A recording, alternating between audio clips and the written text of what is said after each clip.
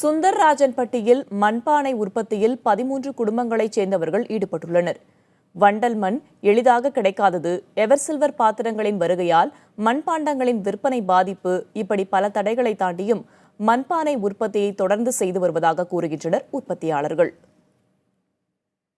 சுந்தரராஜன்பட்டியில் மண்பானை உற்பத்தியில் 13 குடும்பங்களை சேர்ந்தவர்கள் ஈடுபட்டுள்ளனர். வண்டல் மண் எளிதாக கிடைக்காதது, எவர்சில்வர் பாத்திரங்களின் வருகையால் மண்பாண்டங்களின் விற்பனை பாதிப்பு, இப்படி பல தடைகளை தாண்டியும் மண்பானை உற்பத்தியை தொடர்ந்து செய்து வருவதாக கூறுகின்றனர் உற்பத்தியாளர்கள். ஆவணி, புரட்டாசி, ஐப்பசி, கார்த்திகை 3-4 மாதத்துக்கு தொடர்ந்து வேலை பார்த்தாதான் இந்த பொங்கலுக்கான சீசனுக்கு தகுந்த முட்டி கலையங்கள்லாம் செய்ய முடியும், பொங்கல் கலையங்கள்லாம். அதனால் 4 மாதம் இந்த பொங்கல் கலையங்கள் பண்ணுவோம். அடுத்தது தை, மாசி, பங்குனி, சித்திரை, வைகாசி தண்ணி வைக்கிறதுக்கு பானைகள், பெரும் பானைகள். அது வெயில் சீசன்கள், வெயில் நல்லா அடித்தா அந்த பானைகள் அதிகமாக சேல்ஸ் ஆகும். இதை வச்சு தான் நாங்கள் எங்கள் குடும்பங்கள்லாம் ஓட்டிக்கிறது.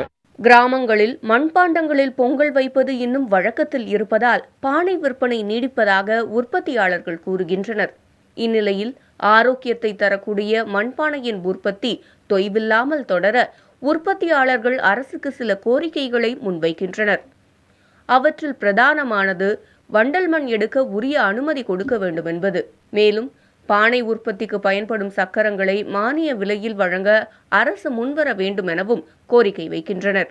புது சக்கரம் வாங்குறதா இருந்தால் 10,000 ரூபாய் மேலே ஆகுது. எங்களுக்கு அந்த புது சக்கரம் வாங்குற அளவுக்கு எங்கள்கிட்ட தகுதி இல்லை. வீடு வாசல் கிடையாது, புறம்போக்கில் தான் இருக்கிறோம். அதுக்கு ஒரு உதவி செய்யலாம் அரசாங்கத்திலிருந்து.